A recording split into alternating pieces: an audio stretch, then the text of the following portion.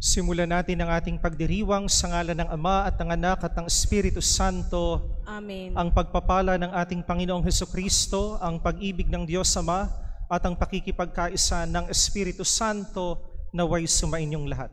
At sumayo. Atin pong pagdiriwang ngayong linggong ito ay pinagdiriwang ho natin, mga kapatid, ang kapistahan ng pagtatampok sa banal na krus.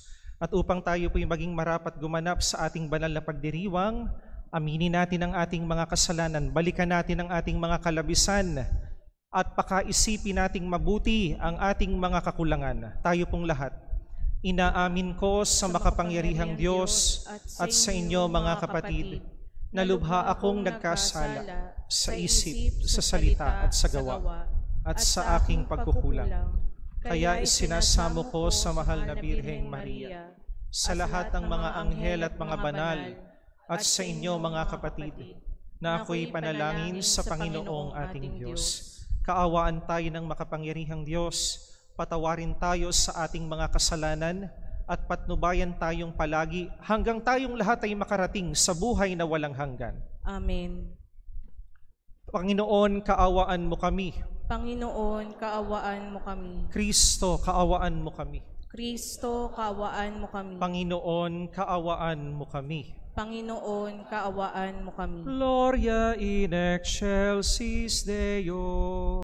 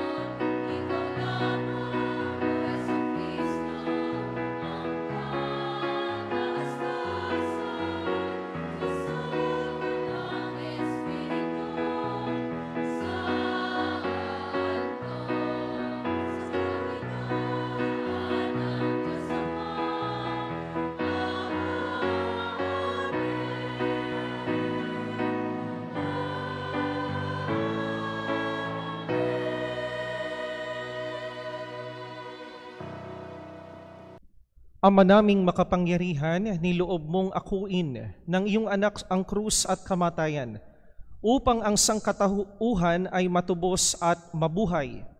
Ang pag-ako namin sa krus at kamatayan dito sa lupa, ayon sa diwa ng pagsunod sa iyong loob na ginanap ng iyong anak, ay magpagindapat nawang aming kamtin ang lubos na katubusan at pagkabuhay sa iyong piling.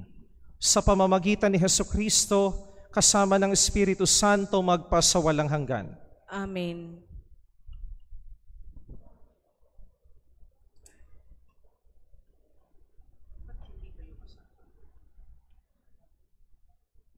Ang salita ng Diyos mula sa aklat ng mga bilang.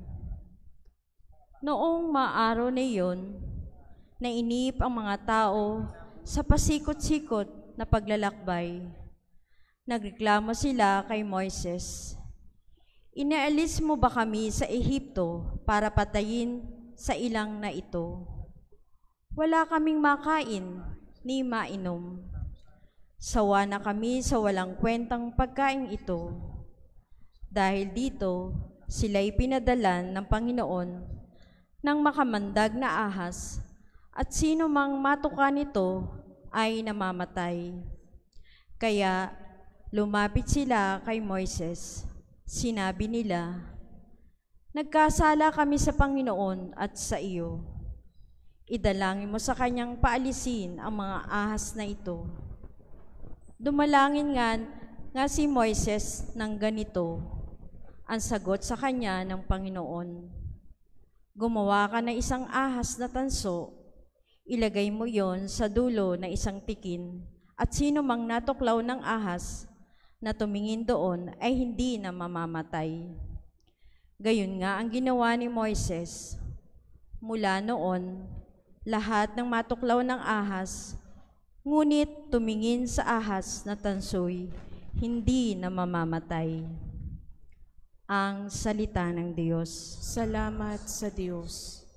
Hindi nila malilimot ang dakilang gawa ng Diyos. Hindi nila malilimot ang dakilang gawa ng Diyos. Kaya ngayon ay makinig sa turo ko, mga anak. Inyong dinggit o linigin, salita kong binibigkas. Itong aking sasabihin ay bagay na talinghaga. Nangyari pa noong una, kaya ito'y mahiwaga. Hindi nila malilimot ang dakilang gawa ng Diyos. Datapwat noong sila'y lilipulin ng Diyos, nagsisi sa karamihan, sa Kanya'y nagbalik loob. Noon nila nagunitang ang sanggalang nila'y ang Diyos. Ang kataas-taasang Diyos ay kanilang manunubos. Hindi nila malilimot ang dakilang gawa ng Diyos. Kaya't siya ay pinupuri. Ang papuri hindi tapat, pagkatyaon, pagkunwari, balat kayong matatawag. Sa kanilang mga puso nagahari, kataksilan, hindi nagtatapat sa ginawa niyang tipan. Hindi nila malilimot ang dakilang gawa ng Diyos. Gayunpaman, palibhas ay Diyos yang mahabagin. Ang masamang gawa nila'y pinatawad niyang tambing. Dahilan sa pag-ibig niya'y hindi sila wawasakin. Kung siya may nagagalit, iyong kanyang pinipigil. Hindi nila malilimot ang dakilang gawa ng Diyos.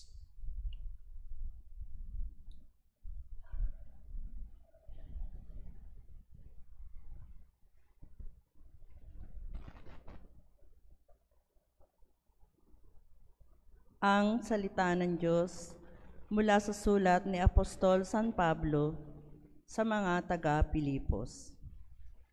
Si Kristo Jesus, bagamat siya'y Diyos, ay hindi nagpilit na manatiling kapantay ng Diyos. Bagkus, hinubad niya ang lahat ng katangian ng pagka-Diyos, nagkatawan tao at namuhay na isang alipin. Nang maging tao, siya'y nagpakababa at naging masunurin hanggang kamatayan. Oo, hanggang kamatayan sa krus.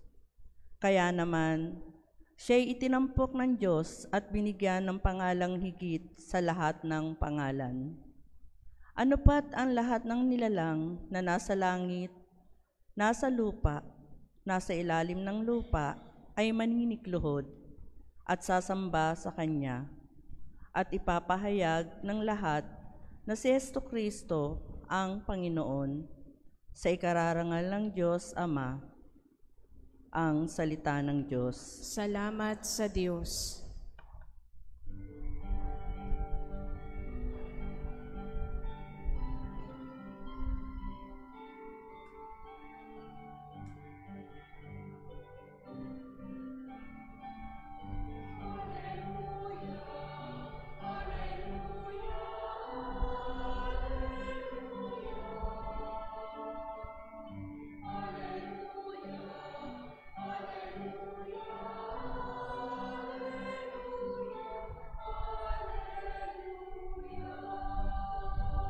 Kami sumasamba sa iyo at gumagalang sa krus mo na kaligtasan ng mundo.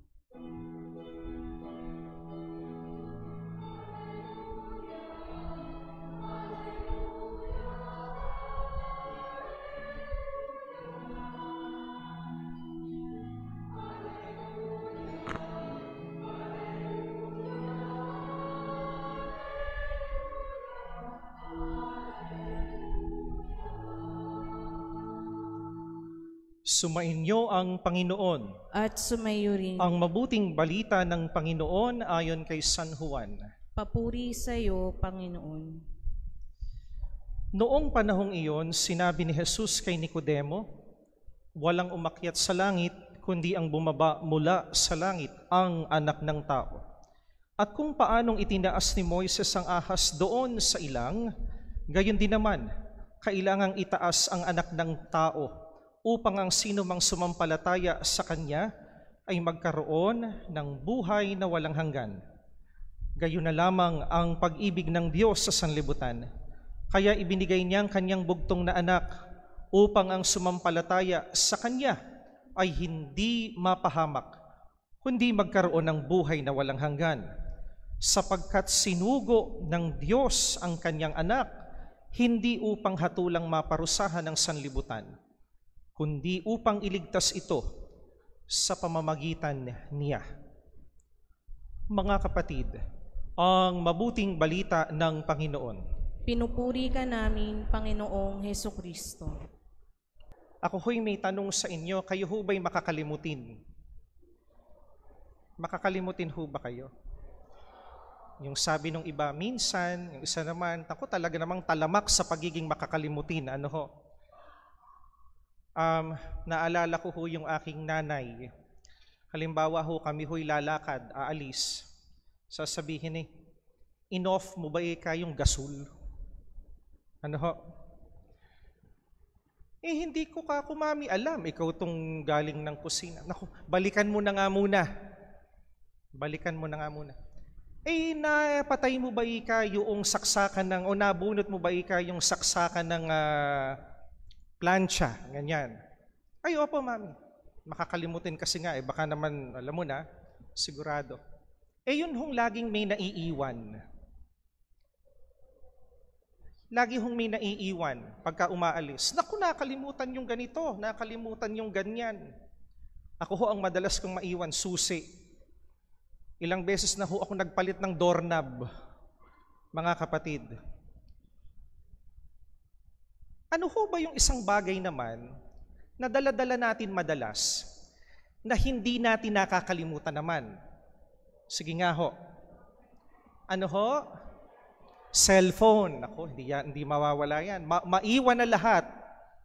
Wag lang yung cellphone, hindi ho ba? Ako ho, ang isa ko hong naging challenge ngayon ho, na ako'y nagdadrive, yung wallet na naroon yung lisensya.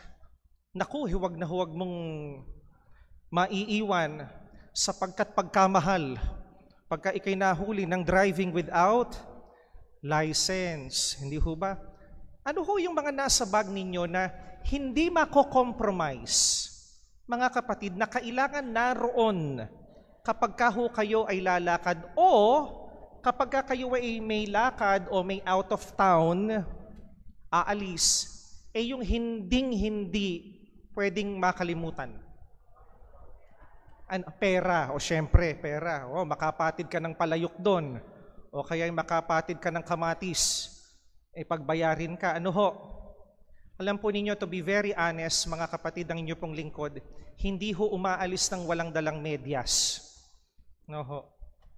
Hindi ko ho alam. Pero ako ho'y kahit saan ay nakamedyas. Oho. Siguro ho'y lamigin talaga yung aking paa. Ano ho? Hindi ho maiiwan, hindi ho makakalimutan, mga kapatid.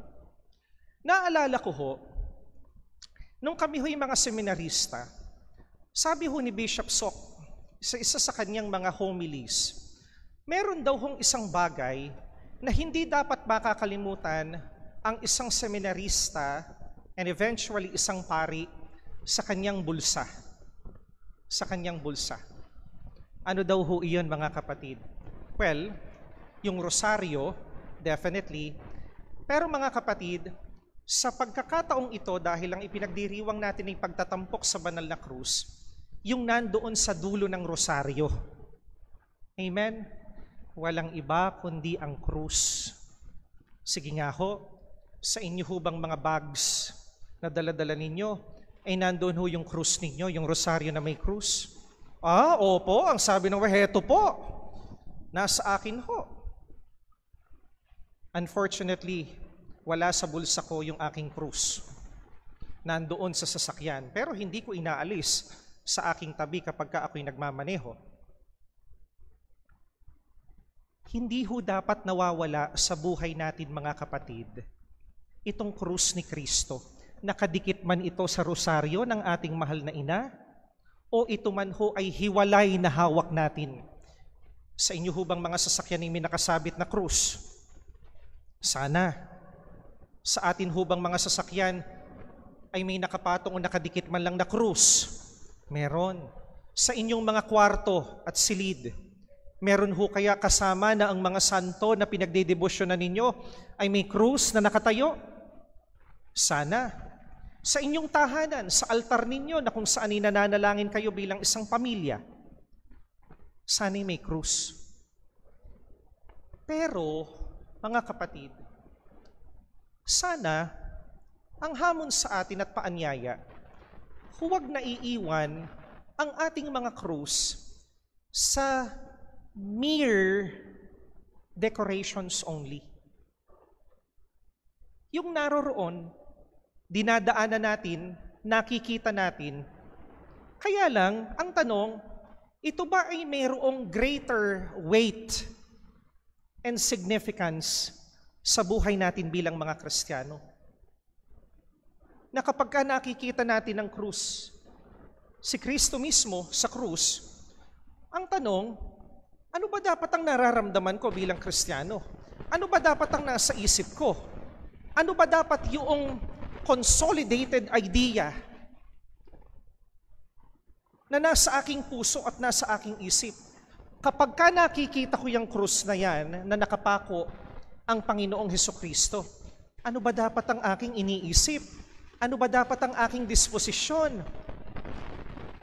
Much more, ano ba dapat ang takbo ng aking buhay? Ngayong linggo ho, mga kapatid, pagninilayan ho natin, bakit mahalaga na may krus tayo ng Panginoong Hesukristo? At hindi lamang isang dekorasyon sa ating lieg, sa ating dibdib, nakadikit sa ating sasakyan, nakapatong sa ating altar, o nakalagay at nakasabit sa ating dingding. Ano ho yung greater significance? Or should we say, what is the greatest significance of this cross sa buhay ng isang Kristiyano? My dear brothers and sisters, we have a great need today. And what is that? Finding the cross of Christ. Ang tanong, Father, nawawala ba? Bakit finding? Nasaan ba? Nalimutan ba namin? Nakalimutan ba natin? Naiwan ba natin kung saan? Father, bakit finding the cross of Christ? Once again, there is a great need to understand the significance of this cross sa ating buhay sa ating lipunan ngayon at sa ating mundo. Number 1, yung unang significance ng cross sa buhay ng isang Kristiyano ay ganito. The cross of Christ teaches us that it is better to give than to receive. Ang krus ay nagpapaalala na ang buhay, mga kapatid, dito sa buhay natin, pinaka-importante ang lahat, itinuturo sa atin na mas mabuting magbigay kaysa ang tumanggap. Ano po ang sabi ng Panginoong Hesukristo sa Ebanghelyo ni San Juan? Hindi binanggit sa Ebanghelyo natin ngayon. Ang sabi ho in English, unless a grain of wheat falls and dies, it bears no fruit. In Filipino, maliban kung ang butil ng trigo ay mahulog at mamatay, ito'y hindi magbubunga. Na ang isang buhay na ginugugol, mga kapatid, para sa kapwa, ibinibigay para sa kapwa, isinasakripisyo para sa kapwa, tinatawag ng Panginoong Hesukristo na ano? Ang pinakamakabuluhang buhay. Pinakamakabuluhang buhay. Yung buong buhay ni Jesus, inilaan niya para sa atin. And that is our greatest example. Yang buhay na iyan, yang larawan na iyan, yang imahe na iyan, mga kapatid, yung buhay na lahat-lahat ay meron siya, ay walang ibang pinagbigyan kundi tayo. Tayong hindi karapat-dapat. Tayong hindi pa karapat-dapat ang pinagbigyan. Sige nga ho, kayo ho ang lumagay dun sa lugar. Bibigyan nyo ba yung hindi karapat-dapat? Maniwala ako sa inyo. Sasabihin mo, deserve mo ba yan? Bakit kita bibigyan? Hindi ka naman karapat-dapat. Ang bibigyan ko yung mas karapat-dapat because we judge according sa kung ano yung nakikita natin. Ang Diyos, ang Panginoong Hesukristo, sa kanyang pagkakabayubay sa krus, ang lahat inilaan niya para sa atin. Walang pinili. Ang ililigtas ko lang yung mga mayayaman. Kasi bakit? Dahil kaya nilang magbigay. Ang ililigtas ko lang yung mga maayos maglakad. Ang ililigtas ko lang yung mga mababango. Pero yung mga hindi mga deserving yung mga iyan. Mga kapatid, walang natira para sa kanya. Ang lahat ng sa buhay niya, ang lahat ng mayroon siya, ibinigay niya sa atin kahit hindi tayo karapat-dapat at kahit hindi niya inaasahan na meron tayong ibabalik para sa kanya. Ano ho ang tawag doon? Ang tawag ho doon, love. Sige nga ho, kung hindi pagmamahal ang tawag doon, ano tawag doon? Walang ibang tawag doon. Pagmamahal ang tawag doon. Lalayo pa ba kayo sa inyong mga magulang? Kayong mga magulang, ano ang hindi nyo kayang ibigay sa inyong mga anak? Amen? Maibibigay ninyo lahat kahit walang matira sa inyo. Kasi bakit? Dahil mahal mo. Dahil mahal mo sila. At ang tawag ho doon, mga kapatid, pagmamahal. Yung hindi nag-iintay ng kapalit. Yung nagbibigay at hindi nag-iintay ng darating na kapalit. Ganun ang pagmamahal ng Panginoong Hesukristo.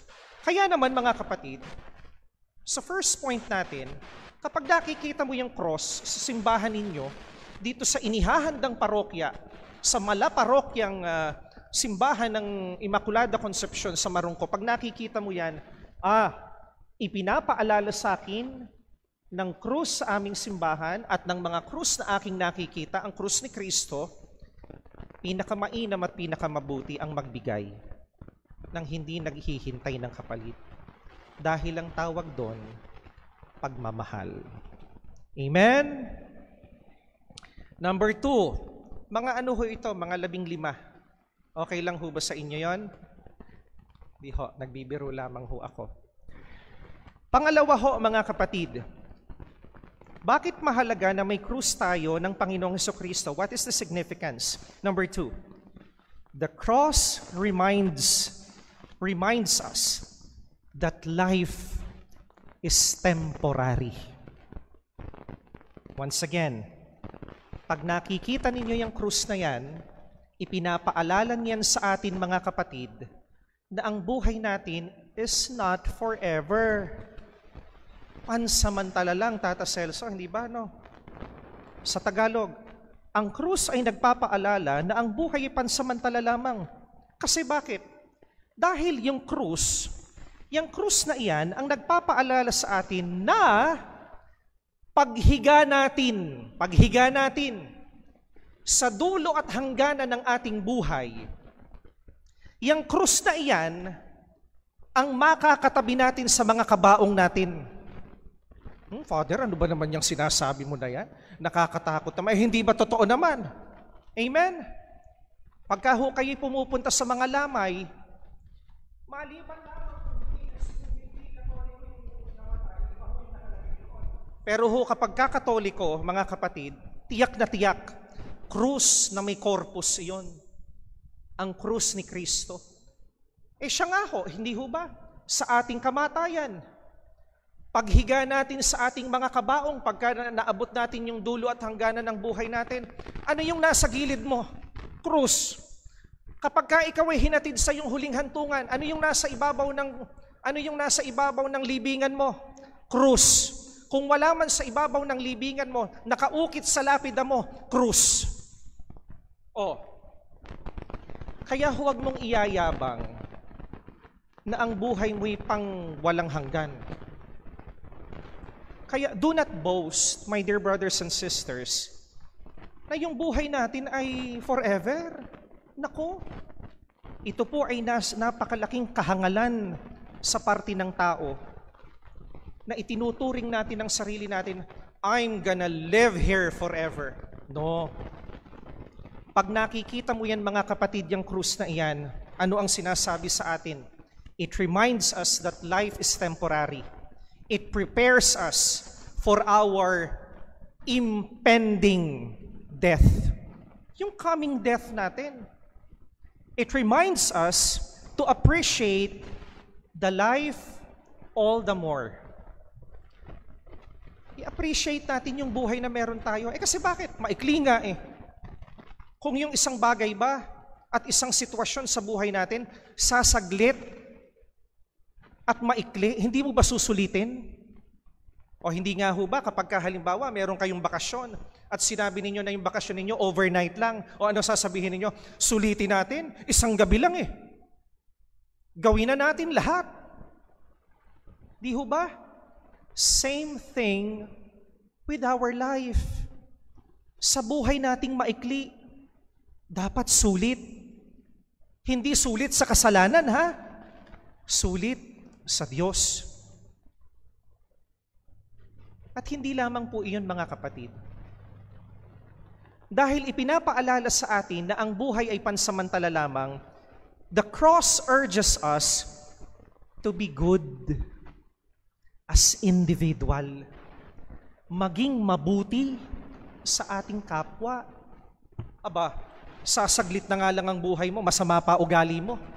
Amen? Kokonti nga lang yung taon na ilalagi natin dito sa ibabaw ng mundo at hindi naman tayo mabubuhay ng pangmahabang buhay. Aba, kalahati o 75% ng ating buhay, maldita tayo. Maldito tayo. Masama ang ugali natin. It urges us to be good, to be patient, to be loving, to be charitable with our brothers and sisters. Number 3, ano pa ho ang kahalagahan ng krus?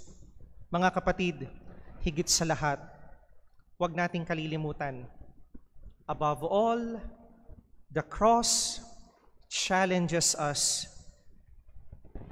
to take God and our faith more seriously. Yung pagseseryoso sa ating pananampalataya. Masasabi ho ba natin na seryoso tayo sa ating pananampalataya? Sige nga ho.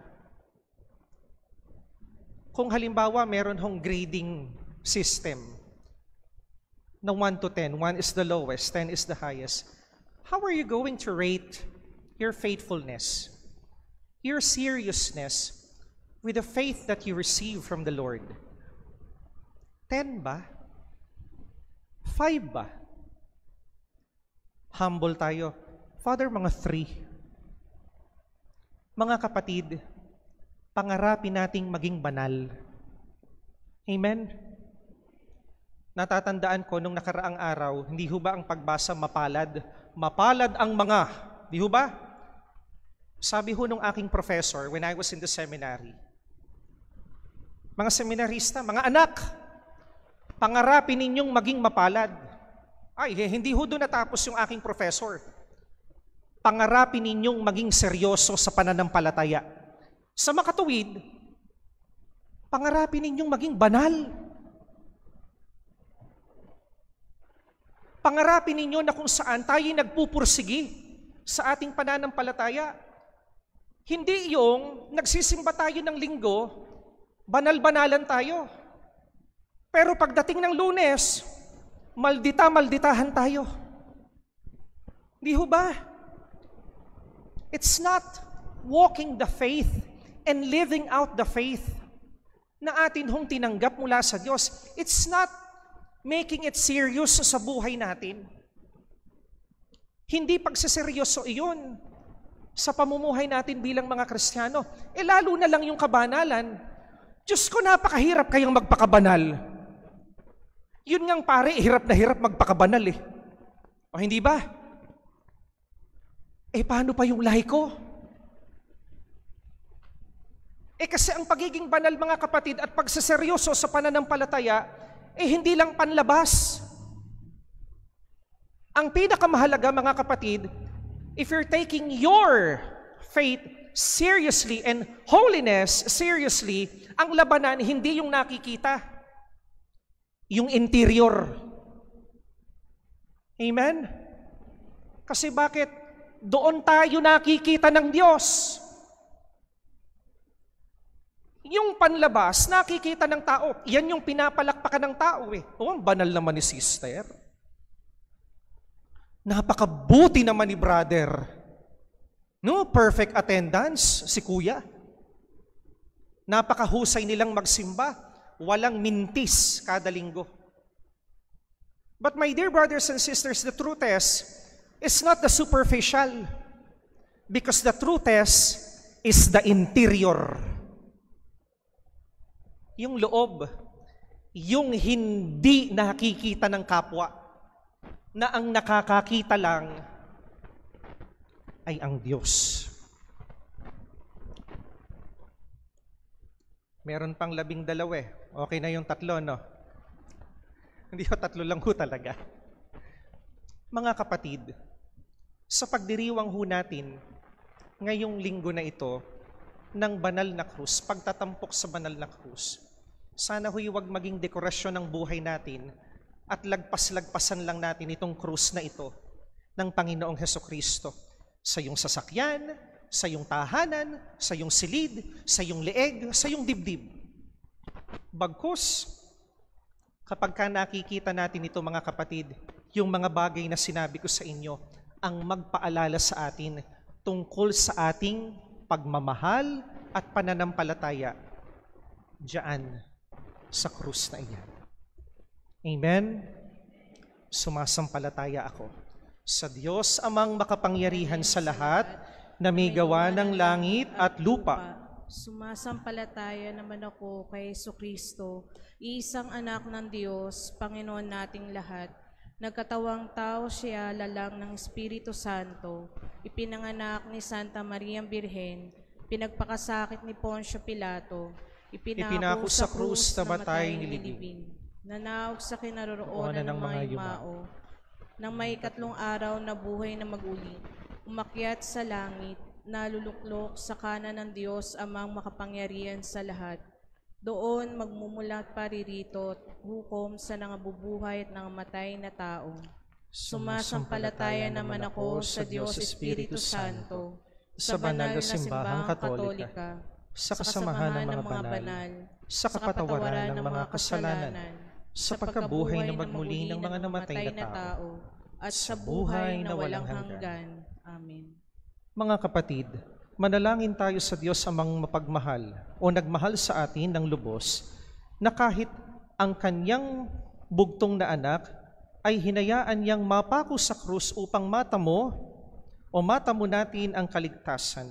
Ating isamo sa pamamagitan ng kapangyarihan ng krus, dinggin mo kami o Panginoon. Sa pamamagitan ng kapangyarihan ng krus, dinggin mo kami o Panginoon.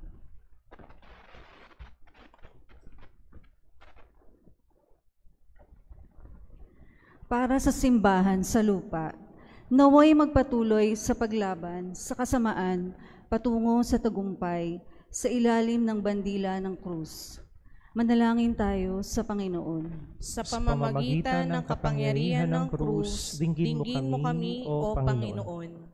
Para sa mga mamamayan ng ibang bansa at kultura, naway makatagpo ng kalayaan at kapayapaan sa pamamagitan ni Jesucristong itinaas ng Diyos.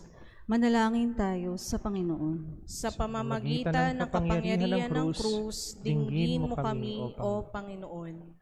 Para sa mga nangangailangan ng habag at pagpapatawad ng Diyos, naway makatagpo ng pag-asa sa krus ni Kristo bilang daan sa kapayapaan at pagkakasundo. Manalangin tayo sa Panginoon. Sa pamamagitan ng kapangyarihan ng krus, dinggin mo kami o Panginoon. Para sa mga may sakit, naway makita nila sa krus ni Kristo ang pag-asa sa lubos na paggaling at panunumbalik ng kalusugan. Manalangin tayo sa Panginoon. Sa pamamagitan ng kapangyarihan ng krus, dinggin mo kami o Panginoon. Para sa mga nahihimlay kay Kristo, naway mapatawad sa kanilang mga kasalanan sa pamamagitan ng dugo ng sakripisyo ni Kristo. Manalangin tayo sa Panginoon. Sa pamamagitan ng kapangyarihan ng krus, dinggin mo kami o Panginoon. Mga kapatid, sa katahimikan ng ating puso at isip, ay sabihin natin sa Diyos ang ating mga panalangin at ang ating mga pagsusumamo.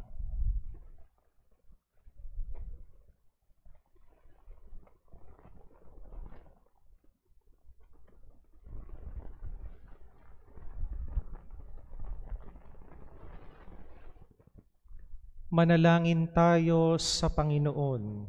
Sa pamamagitan ng kapangyarihan ng krus, dinggin mo kami o Panginoon. Amang mapagmahal, ginawa mo ang krus ang maging daan ng aming pag-asa at kaligtasan, dinggin ang aming kahilingan, habang ipinagdiriwang namin ang pagtatampok sa krus na banal.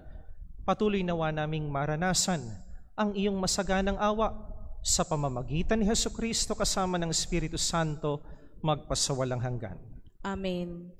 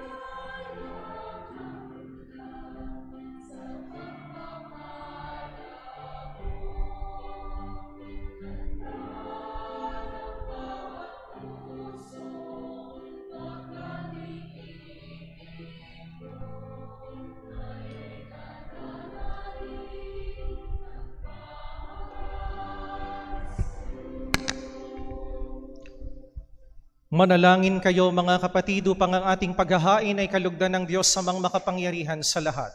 Tanggapin nawa ng Panginoon itong paghahain sa iyong mga kamay, Sa kapurihan niya at karangalan sa ating kapakinabangan at sa buong sambayanan niyang banal. Ama naming lumikha, sa ikapagpapatawad ng mga kasalanan, maganap nawa ang paghahaing ito na sa dambana ng krus ay siyang pumawi sa kasalanan ng buong mundo. Sa pamamagitan ni Hesukristo, kasama ng Espiritu Santo, magpasawalang hanggan. Amen. Sumainyo ang Panginoon. At sumayo rin. Itaas sa Diyos ang inyong puso at diwa. Itinaas na namin sa Panginoon. Pasalamatan natin ang Panginoong ating Diyos. Marapat na siya ay pasalamatan. Ama naming makapangyarihan, tunay nga pong marapat na ikaw ay aming pasalamatan. Iyong ipinasyang sa kahoy na krus ang sangkatauhay tubusin ni Jesus. Sa punong kahoy nagkapuwang ang kamatayan. Sa kahoy na krus itinanghal ang pagkabuhay. Sa punong kahoy na naig ang sumuway sa iyo. Sa kahoy na krus siya'y nadaig ng masunuring anak mo. Kaya kaisa ng mga anghel na nagsisiawit ng papuri sa iyo nang walang humpay sa kalangitan, kami nagbubunyi sa iyong kadakilaan.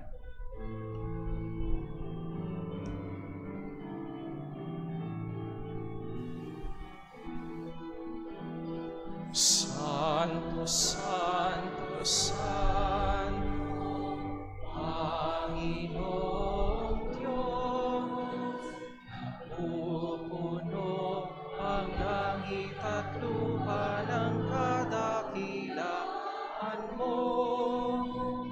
Hosana, Hosana, Hosana sa kaitaasan.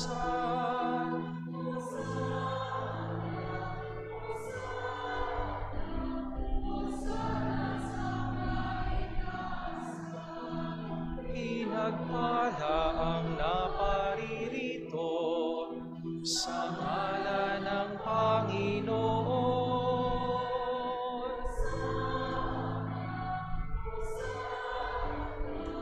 Hosana sa kaitaasan.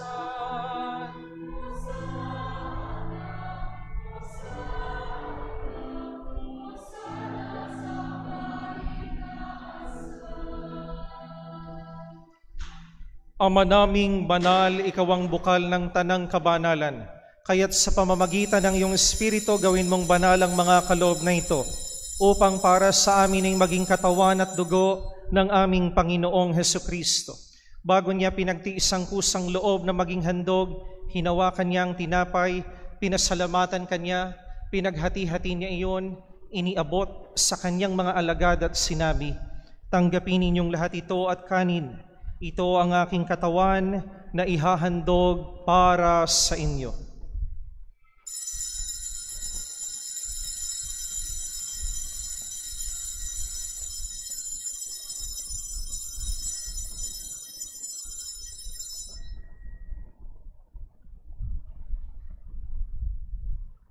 Gayon din naman noong matapos ang hapunan, hinawakan niya ang kalis. Muli kanyang pinasalamatan, iniabot niya ang kalis sa kanyang mga alagad at sinabi, "Tanggapin ninyong lahat ito at inumin. Ito ang kalis ng aking dugo, ng bago at walang hanggang tipan. Ang aking dugo na ibubuhos para sa inyo at para sa lahat, sa ikapagpapatawad ng mga kasalanan. Gawin ninyo ito sa pag-alaala sa akin."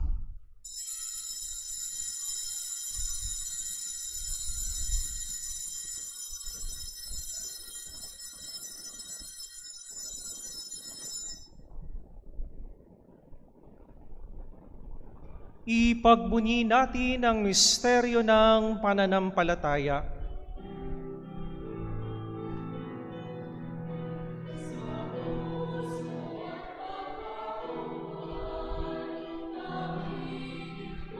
Ismong tunay, Poong Jesus, naming mahal.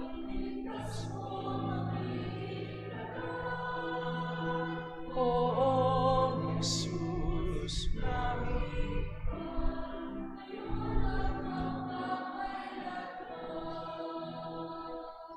Ama, ginagawa namin ngayon ang pag-aalaala sa pagkamatay at muling pagkabuhay ng iyong anak, kaya't iniaalay namin sa iyo ang tinapay na nagbibigay buhay at ang kalis na nagkakaloob ng kaligtasan. Kami nagpapasalamat dahil kami iyong minarapat na tumayo sa harap mo para maglingkod sa iyo.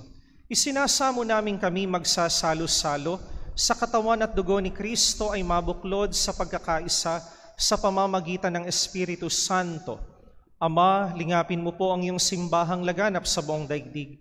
Puspusin mo po kami sa pag-ibig, kaisa ni Leon na aming Santo Papa, ni Dennis na aming Obispo at ng Tanang Kaparian. Alalahanin mo rin po ang mga kapatid naming nahimlay na may pag-asang sila'y muling mabubuhay gayon din ang lahat ng mga pumanaw. Kaawaan mo po sila't patuloyin sa iyong kaliwanagan, kaawaan mo at pagindapatin kaming lahat na makasalo sa iyong buhay na walang wakas, kaisa ng mahal na Birheng Maria na Ina ng Diyos, ni San Jose na kabiyak ng kanyang puso, kaisa ng mga apostol at ang lahat ng mga banal na namuhay dito sa daigdig ng kalugod-lugod sa iyo. Maipagdiwang nawa namin ang pagpupuri sa ikararangal mo sa pamamagitan ng iyong anak na aming Panginoong Hesukristo. Sa pamamagitan ni Kristo, kasama niya at sa Kanya, ang lahat ng parangal at papuri ay sa iyo, Diyos amang makapangyarihan sa lahat, kasama ng Espiritu Santo, magpasawalang hanggan.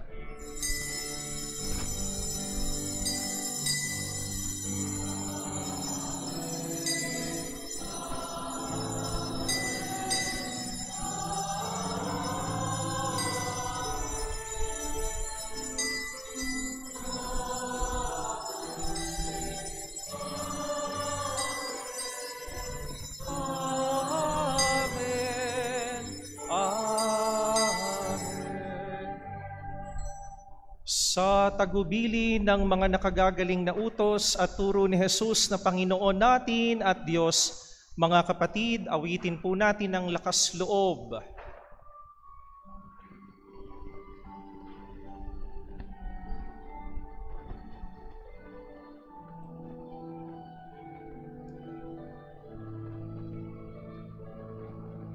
Ama namin, sumasalangit sambahin ang ngalan mo, mapasa amin ang kaharian mo, sulit ang loob mo, dito sa lupa para lang sa langit, bigyan mo po kami ngayon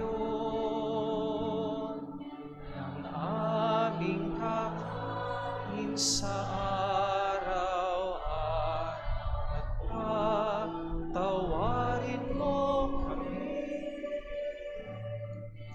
sa aming mga sala para na pagpapatawad namin sa nagkakasala sa amin, at huwag mo kaming ipahintulot sa tukso, yadya mo kami.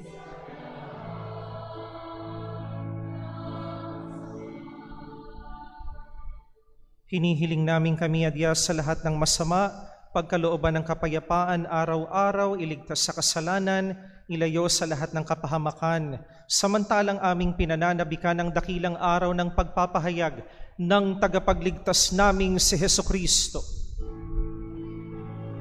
Sapagkat kaharian at kapurihan at magpakailanman.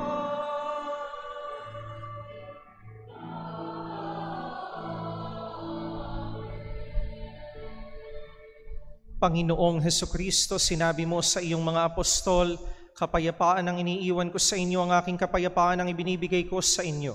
Tunghayan mo ang aming pananampalataya at huwag ang aming marami at paulit-ulit na mga pagkakasala at kahinaan.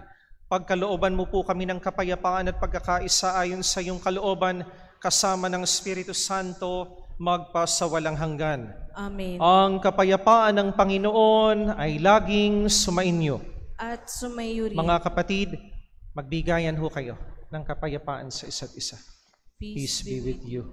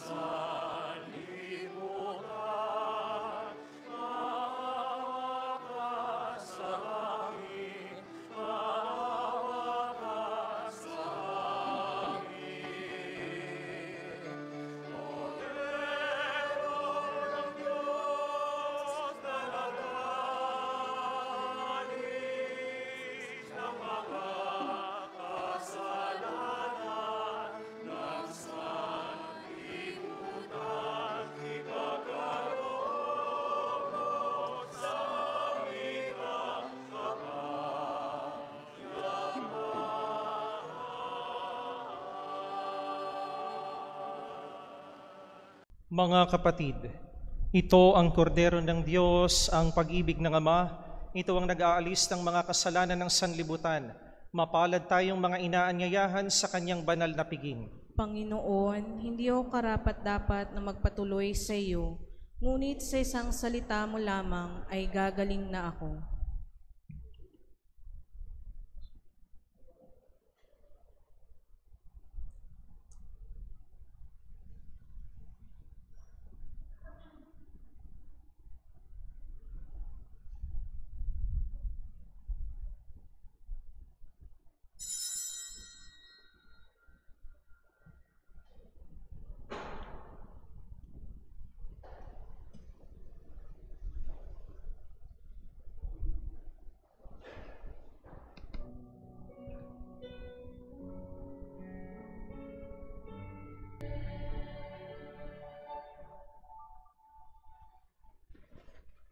Manalangin tayo.